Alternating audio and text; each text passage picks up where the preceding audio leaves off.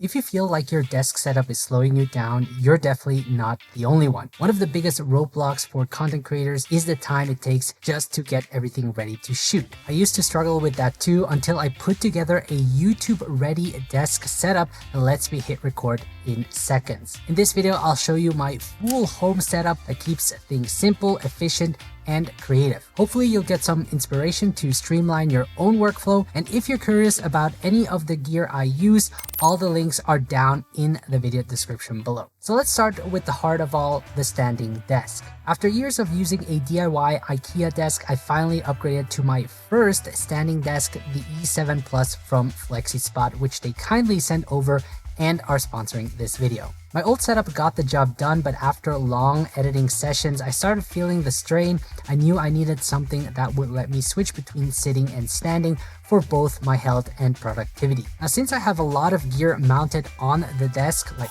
camera, lights, mic, and monitor, I needed something really sturdy. And that's why I chose the 4-leg version of the E7 Plus. Now, I went for the largest desk. This is a 72 by 30 inches, which gives me plenty of space to work. What I really love is that I can set and save 4 different height levels to match my needs. It also has collision detection, which is a great safety feature in case something gets in the way. When I film talking head videos like right now, I often rest my elbows on the desk, and if the desk isn't stable, it can cause camera shake. Now, compared to my girlfriend's desk, which wobbles when it moves, this one is rock solid. You wobble.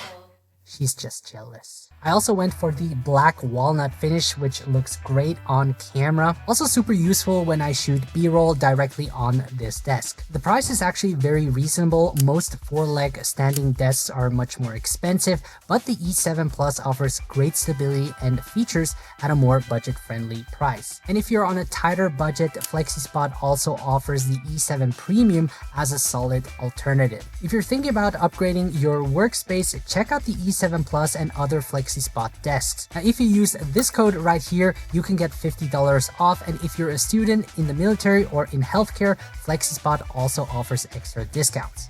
As for the chair I'm using, this is also from FlexiSpot, which is the C7 Max ergonomic chair, and it's been a really great upgrade. My old chair did look cool. It was a gaming chair, but it was falling apart and honestly never that comfortable. Now for me, the C7 Max is really comfortable. It has soft foam seat, lumbar support that adjusts to your back, a headrest, footrest, and an armrest that adjusts in all directions, and supports up to 136 kilo.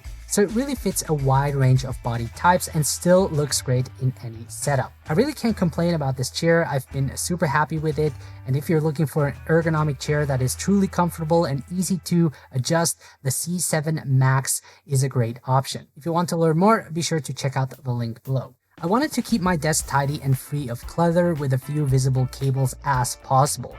And using black Velcro straps for $7 to bundle the cables really helped. I also added an under-desk cable organizer for around $16 that clamps onto the desk, so no drilling required. I made sure that all cables are routed into it, so only one cable, which is the power strip, runs into the outlet. This also makes things much easier, especially with a height adjustable desk. Now let's move over to the desk and check out the first piece of gear in my setup, which is the 4-in-1 desk mount system. This one is specifically called the Table Tripod Camera Mount by Terion, and for around $160, it's one of the best space-saving tools I've used. It holds my camera, my mic, light, and iPad all in one clean setup. And the best part is how much desk space it saves. No more tripods or stands taking up room. The build quality is absolutely great. It's made of aluminum alloy, and the strong C-clamp attaches tightly to the desk. It can hold up to 8 kilograms, so even heavier gear like a DSLR is no problem. All the arms are fully adjustable, both up and down and side to side, and they lock into place with an easy latch. Let's take a look at what I've mounted on this table tripod,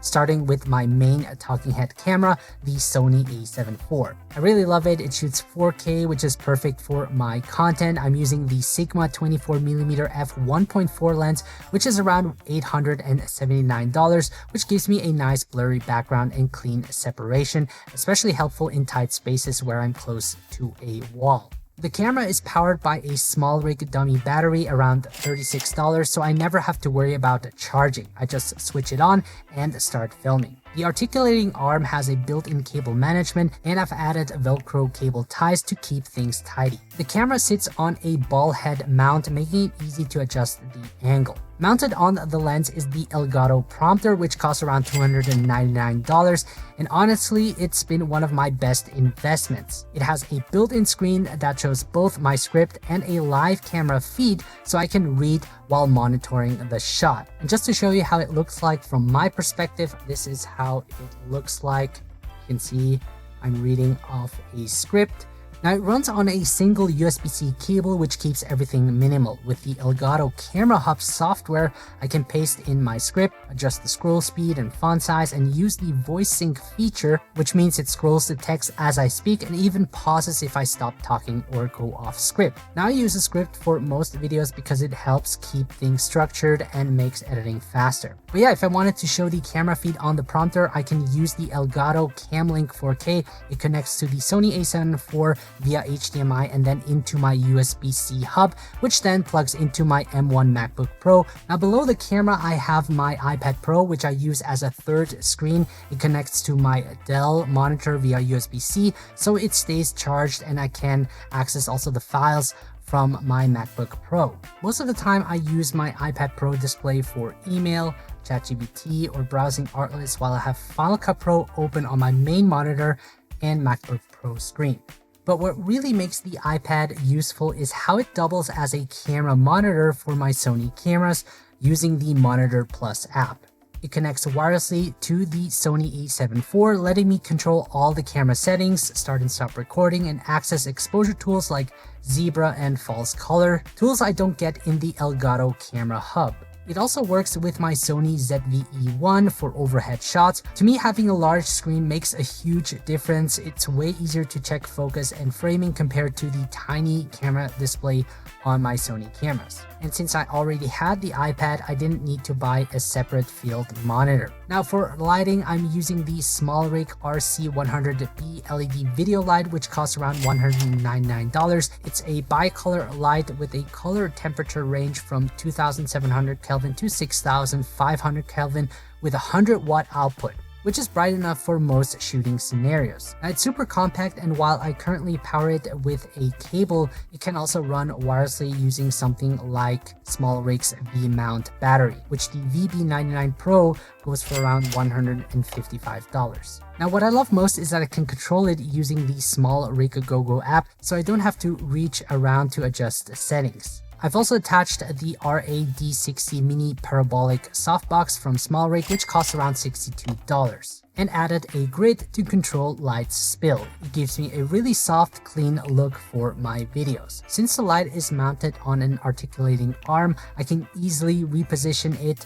When I'm filming B-roll, I push the camera back and swing the light in closer to my desk, giving me a well-lit, focused setup for product shots. For audio, I'm using the Rode Procaster mounted on the PSA 1 Plus boom arm, which Rode kindly sent me, along with the Rodecaster Duo and the NTH100 headphones. Huge thanks to them for sending these over. This setup has been a big upgrade for me. I use the Procaster as an overhead mic, as you can see, and it works surprisingly well. You can see I can keep it completely out of the frame and still get clean audio. With the PSA 1 Plus boom arm, I just swing the mic into place whenever I'm ready to record. No more dealing with a wireless mic or extra setups. I also use it for voiceovers, which is especially helpful when I need to fix a mistake in a video without having to reshoot. The mic runs into the Rodecaster Duo, a compact all-in-one audio mixer and recorder that's connected to the hub. It records audio from the Procaster directly onto the Duo. I then export the audio file using the Rodecaster app and sync it with the scratch audio from the Sony camera in Final Cut Pro. I love the Duo because it offers a lot of control options and has built-in presets for different mics, including the one for the Procaster, which makes the audio sound much richer. Now I monitor the audio using the NTH100 headphones, which plugs directly into the Rodecaster Duo. They're excellent for editing and monitoring audio and really comfortable during longer editing sessions. Now on the other side of my desk, I've got a permanent overhead camera setup. Before, setting up each time was a hassle, but now it's always ready and I use it way more often. Overhead shots are really perfect for showcasing products and really help speed up my workflow. I'm using the Sony ZVE1, which is mounted on a large Terion overhead tripod, which I found on Amazon for $55. It supports up to 3 kilograms horizontally, so it easily holds the camera. I power the ZVE1 with a small rig dummy battery, so I never have to recharge it. For monitoring, I use both the flip screen and the Monitor Plus app on my iPad. The lens is the Sony 16 to 35mm f4, which lets me zoom for framing and still get a nice shallow depth of field. I've also attached the Sony ECM M1 mic for clean audio during unboxings. When I shoot talking head videos, I just swing the overhead rig to the side like right now, so it's out of the frame more or less. Regarding the computer, I'm still rocking the MacBook Pro M1 Max, and honestly, ever since upgrading from the old Intel chip, it's been a total game changer. The powerful M1 chip makes editing in Final Cut Pro incredibly smooth, and I've never really felt the need to upgrade since. Regarding the mouse, I'm using the MX Master 3 from Logitech, easily one of the best mice I've tried. I've also customized the buttons using Logitech's options to streamline my workflow in Final Cut Pro. When it comes to editing videos, I work off the G-Tech Shuttle drive, which has 24 terabytes of storage. It's mounted under my desk using a $19 under-desk mount with adjustable straps, which requires some drilling but keeps things tidy and saves space. For a second monitor, I use the Dell Ultra Sharp U2720Q. It's a solid choice for most tasks, including video editing, and the 4K resolution makes everything look razor sharp. It also delivers great value for the price. You can often find it for around $800 new or close to $600 if you go used. The monitor sits on a desk shelf from Balulu. It not only raises the monitor to an ergonomic height, but also provides extra workspace and also helps hide the cables underneath for a cleaner setup. Highly recommended if you need more functional space. On top of the monitor, you can already see I have the Screen Bar Plus from BenQ, which costs around $139. It's a monitor light bar that comes with a desktop dial for easy brightness and hue adjustments. It's perfect for working at night and helps reduce eye strain when you've been staring at the screen for too long. One accessory that has generally sped up my content creation process is the Elgato Stream Deck, which sells for around $129.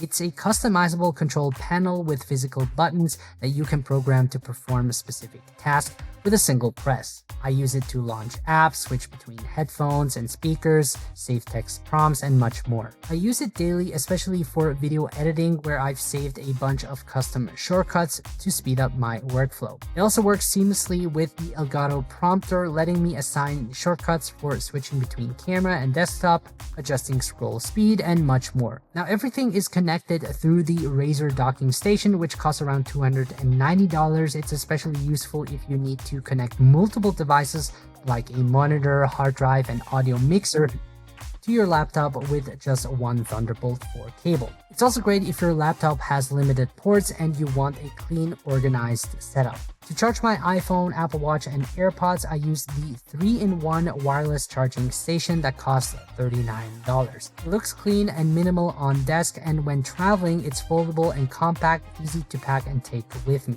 Now, I love my drink holder that comes with a rotating under-desk tray, plus 2 hooks, one of which I use for my headset. The best part is that it clamps onto the desk, so no drilling is needed, and for just $15, it's a total steal. Now, if you're wondering about the background behind me, there's a simple shelf from IKEA. On it, I have ambient light, a fake plant, my YouTube plaque, my camera and lenses, and a few other things I like to keep within reach. To the other side, I have my Alex drawer where I store SSD, hard drives, cable, audio gear, and other accessories I might need during the filming process. As of the rest of my gear, the stuff I don't use regularly, I keep in a separate storage closet. That way, my main workspace stays clean, clutter-free, and focused. So that is everything I use on my standing desk that helps me work in a productive and creative way. I've always wanted a standing desk, and now that I finally have one, I'm super happy with it. and I'm always looking for ways to still improve this setup. But I want to know from you, what do you think of this all-in-one desk setup? And if you have any suggestions for improvements, I'd love to hear them as well. Also, feel free to share your current desk setup in the comments. I'm always curious to see how others organize their space. Hope this was helpful. Thank you so much for watching, guys, and see you in the next video.